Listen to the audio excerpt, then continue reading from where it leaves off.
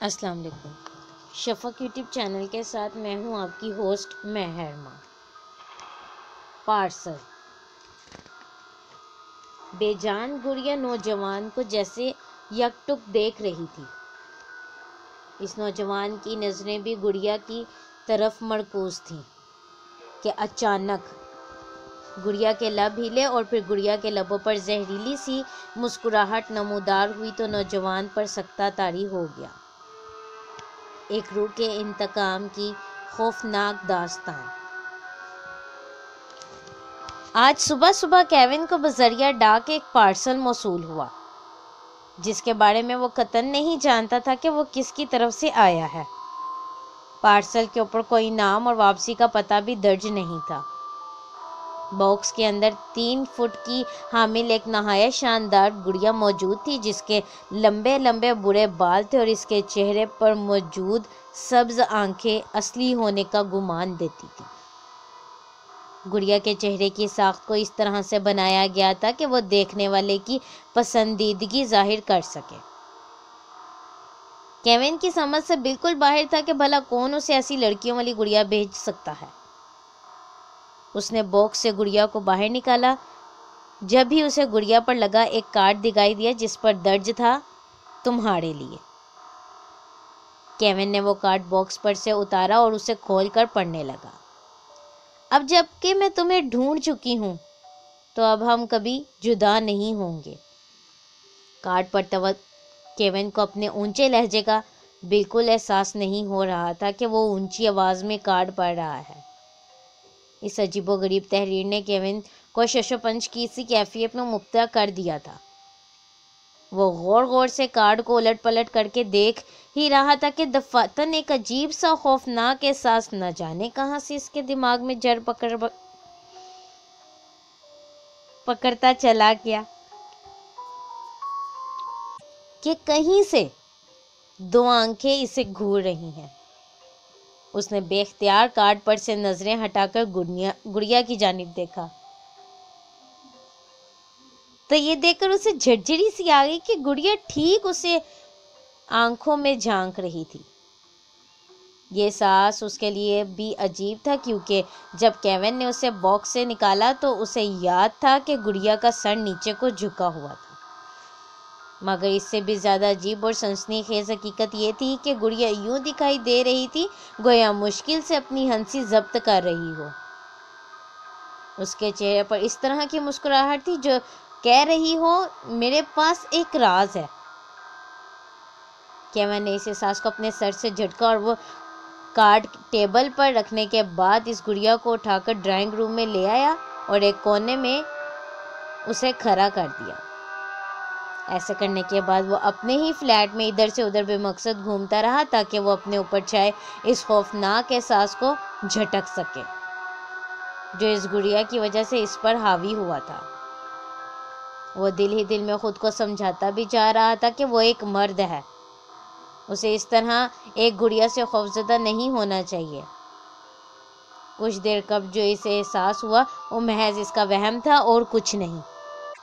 آج پیر کا دن تھا۔ کیون نے آفس سے چھٹی کر رکھی تھی کیونکہ کل شام سے اس کی طبیعت کچھ ناساز تھی۔ اب اسے اکیلے گھر میں بوریت ہونے لگی تھی۔ وہ وقت گزاری کے لیے ٹی وی دیکھتا رہا۔ 2 بجے کے قریب اس نے اپنی بڑی بہن گریس کی گھر جانے کا ارادہ کیا جو شادی شدہ تھی۔ گریس کے علاوہ اس کا اس دنیا میں کوئی نہیں تھا۔ گریس کی شادی سے پہلے وہ دونوں ایک دوسرے کے بے حد نزدیک ہوا کرتے تھے اور شادی ہو جانے کے بعد اس کے رشتے میں کوئی فرق نہیں آیا تھا۔ اپنے اپارٹمنٹ کی بلڈنگ سے باہر آ کر کیون نے ایک ٹیکسی والے کو اشارہ کیا اور اس میں براجمان ہو گیا۔ ٹھیک 15 منٹ بعد ٹیکسی والے نے اسے اس کی مطلوبہ جگہ پہنچا دیا۔ کیون نے ٹیکسی سے باہر آ کر ٹیکسی والے کو کرایہ ادا کیا اور اس کا شکریہ ادا کر کے اپارٹمنٹ کی بلڈنگ کی جانب بڑھ گیا۔ اس نے بلڈنگ کی لفٹ میں پہنچ کر 4تھ فلور کا بٹن پش کیا۔ اگلے ہی لمحے وہ 4تھ فلور پر موجود تھا۔ وہ یہ سوچتا ہوا لفٹ سے باہر آ گیا کہ گریس اسے اس وقت دیکھ کر کتنی خوش ہو جائے گی۔ گریس کی شادی محبت کی تھی اور کیون کو بھی اس شادی پر کوئی اعتراض نہیں تھا، کیونکہ گریس کے شوہر میں کوئی ایسی بات نہیں تھی جو انکار کا باعث بنتی۔ لہٰذا جب شادی سے پہلے گریس نے اپنے ہونے والے شوہر فریڈی کو کیون سے ملوایا تو کیون پہلی ہی ملاقات میں اس سے متاثر ہوئے بنا نہ رہ سکا۔ اس نے دونوں کا بھرپور ساتھ دیا اور یوں محبت کا انجام شادی پر ہوا۔ کیون نے گریس کے اپارٹمنٹ کے دروازے پر دستک دی اور پھر اچانک چند لمحوں بعد گریس کی آواز آئی۔ کون ہے؟ گریس۔ میں ہوں کیون، کیون نے جواب دیا۔ یعنی گریس میں ہوں کیون، کیون نے جواب دیا تو اگلے ہی لمحے ایک جھٹکے سے دروازہ کھول دیا گیا۔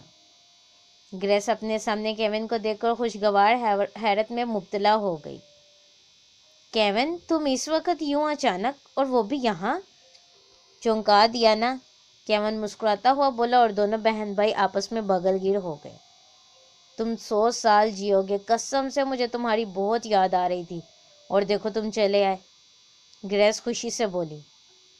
گریس جوان سال خوبصورت لڑکی تھی، اس کے چہرے کی تازگی اور شگفتگی بتا رہی تھی کہ وہ اپنی شادی سے بہت خوش ہے۔ کیون نے ہنستے ہوئے گھر کا دروازہ بند کیا اور صوفے پر آ کر براجمان ہو گیا۔ گریس بھی اس کے قریب ہی بیٹھ گئی۔ کیون، تمہاری طبیعت تو ٹھیک ہے نا؟ تم آج آفس نہیں گئے؟ گریس نے کیون کی پیشانی پر ہاتھ رکھتے ہوئے پوچھا۔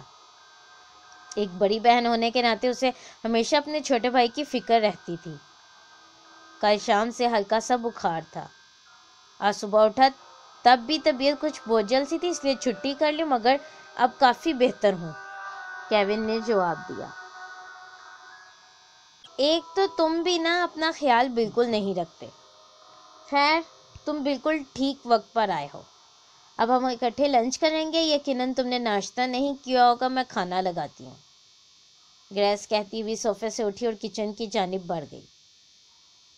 گریس گھر میں اکیلی ہی تھی، فریڈی کام پر گیا ہوا تھا۔ کچھ ہی دیر میں گریس نے ٹیبل پر کھانا لگا دیا اور دونوں بہن بھائی کھانا کھانے بیٹھ گئے۔ کھانے کے دوران گریس نے کیون سے پوچھا، کیسی جا رہی ہے زندگی؟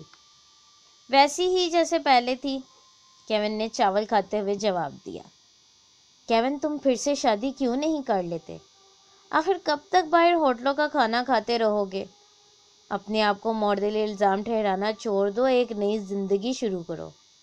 شادی کر کے تمہیں کافی آرام مل جائے گا، آنے والی تمہارے سب کام کر دیا کرے گی۔ گریس نے سمجھاتے ہوئے فکر مند لہجے میں کہا۔ تم جانتی ہو گریس کہ میں دوبارہ شادی نہیں کرنا چاہتا۔ میں چاہ کر بھی اس مشکل وقت کو بھلا نہیں پاتا جو مجھ پر گزرا، کیون نے اداس لہجے میں کہا۔ بس بہت ہو گیا کیون، تمہیں یہ سب بھولنا ہی ہوگا۔ تمہاری بیوی کے ساتھ جو کچھ ہوا اس میں تمہارا کوئی قصور نہیں تھا۔ میں تمہیں اب اس حالت میں اور نہیں دیکھ سکتی، بڑی بہن ہوں تمہاری، گریس نے سنجیدہ مگر فکر مند لہجے میں کہا۔ کیون نے گریس کی بات کا کوئی جواب نہیں دیا، وہ خاموشی سے کھانا کھانے میں مصروف رہا۔ گریس جانتی تھی کہ وہ اس بارے میں بات نہیں کرنا چاہتا، لہٰذا گریس نے بھی اس معاملے پر مزید بات کرنا مناسب نہ سمجھا اور خود بھی خاموشی سے کھانا کھانے لگی۔ وہ جانتی تھی کہ اگر اس نے اس معاملے پر کیون سے مزید بحث کی تو وہ کھانا چھوڑ کر چلا جائے گا، اور وہ ایسا ہرگز نہیں چاہتی تھی کہ اس کا پیارا بھائی یوں ناراض ہو کر چلا جائے جو اس سے خراب طبیعت ہونے کے باوجود اتنے پیار سے ملنے آیا تھا۔ کیون نے بھی ایلا سے محبت کی شادی کی تھی۔ کیون جہاں کام کرتا تھا، ایلا بھی وہیں جاب کرتی تھی۔ دونوں میں دوستی ہو گئی جو جلد محبت کا روپ دھار گئی۔ ایلا کا اپنی ماں کے علاوہ کوئی نہیں تھا۔ اس نے کیون کو اپنی ماں سے اور کیون نے ایلا کو اپنی بہن گریس سے ملوایا۔ دونوں ہی خواتین کو ان کا انتخاب بہت پسند آیا۔ یوں شادی ہو گئی بغیر کسی رکاوٹ کے۔ کیون اپنی شادی شدہ زندگی سے بہت خوش تھا۔ ایلا نے جاب چھوڑ کر ہاؤس وائف بننے کو ترجیح دی اور گھر کا سارا نظام سنبھال لیا۔ گریس اور ایلا میں خوب بنتی تھی، سب کچھ بالکل ٹھیک ٹھاک چل رہا تھا، سب اپنی اپنی زندگی سے خوش اور مطمئن تھے، مگر گریس کی شادی کے کچھ ماہ بعد اچانک سے ایلا کو پاگل پن کے دورے پڑنے لگے، جس نے سب کچھ بدل کر رکھ دیا۔ کچھ بھی پہلے جیسا نہیں رہا۔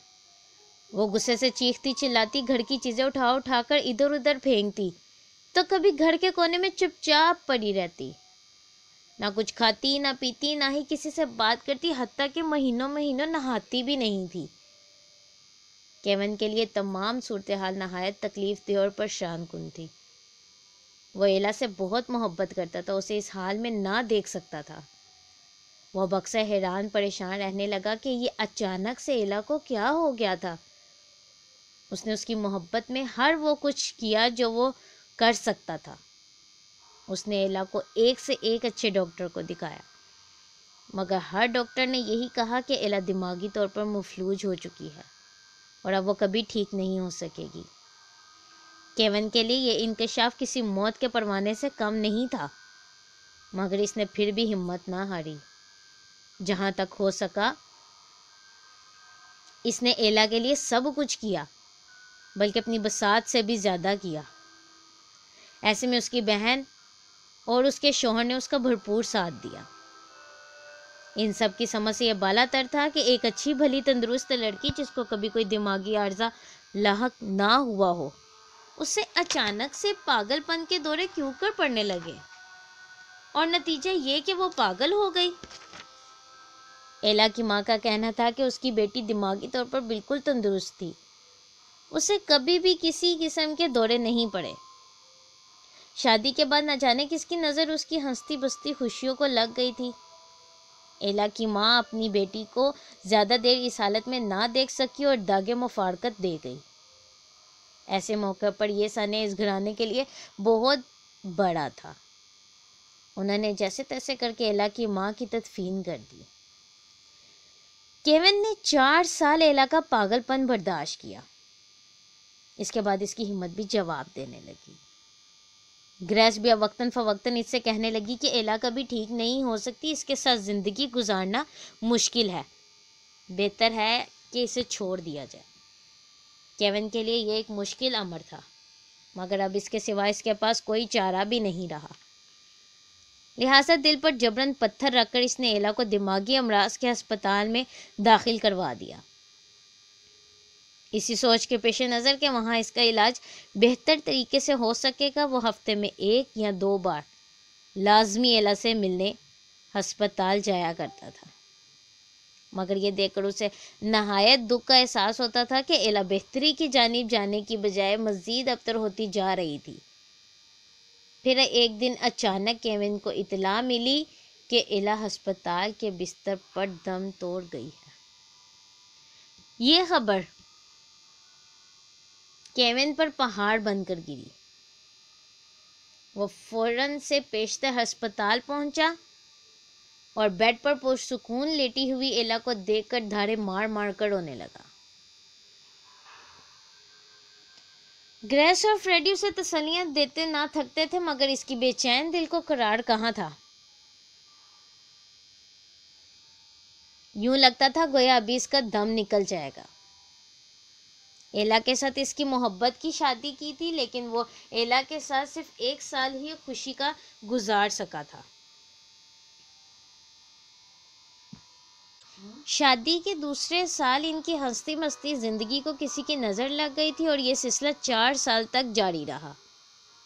وہ اسی امید پر ایلا کا ہاتھ تھامے ہوئے تھا کہ شاید ایلا ایک دن ٹھیک ہو جائے گی اور وہ دونوں ایک بار پھر سے اپنی وہی زندگی شروع کر سکیں گے جس طرح پہلے کبھی ہوا کرتی تھی، مگر افسوس ایسا نہ ہو سکا۔ ایلا ہمیشہ کے لیے اسے چھوڑ کر منو مٹی تلے جا سوئی تھی۔ پہلے ایلا پاگل تھی تو کیا ہوا، وہ ایلا کو دیکھ تو لیتا تھا، مگر اب وہ اسے کبھی نہ دیکھ سکے گا۔ یہ سوچ نہایت جان لیوا تھی، لہٰذا وہ روتا چلا گیا اور اتنا رویا کہ آنسو خشک ہو گئے۔ اب نہ وہ ہنستا تھا نہ مسکراتا تھا۔ زندگی کی ہلچل ختم ہو گئی تھی۔ گریس اور فریڈی نے ایسے میں کیون کا بہت خیال رکھا۔ دونوں کیون کے ساتھ اس کے گھر ہی شفٹ ہو گئے۔ گریس اسے ٹائم پر کھانا دیتی، اس کے کپڑے دھو کر استری کرتی، ورنہ اسے تو اپنی ہوش ہی نہ رہی تھی، کھانا مل جاتا تو کھا لیتا، نہیں تو بھوکا بیٹھا رہتا۔ اس کی جاب بھی نہ رہی تھی، وہ خود کو معتدل الزام ٹھہراتا کہ اگر وہ ایلا کو ہسپتال میں داخل نہ کرواتا تو آج اس کی ایلا اس کے پاس زندہ ہوتی۔ وہ ہسپتال والوں سے بہتر خیال رکھ لیتا تھا۔ شاید انہوں نے ٹھیک طور سے ایلا کا خیال نہیں رکھا تھا، مگر گریس اسے سمجھاتی کہ اس میں اس کا کوئی قصور نہیں تھا۔ کہانی کا اگلا حصہ سننے کے لیے شفق یوٹیوب چینل کو لائک اور سبسکرائب کرنا مت بھولیں، کیونکہ ابھی تک کئی راز اٹھنا باقی ہیں، کئی رازوں سے پردہ اٹھنا باقی ہے۔ شکریہ۔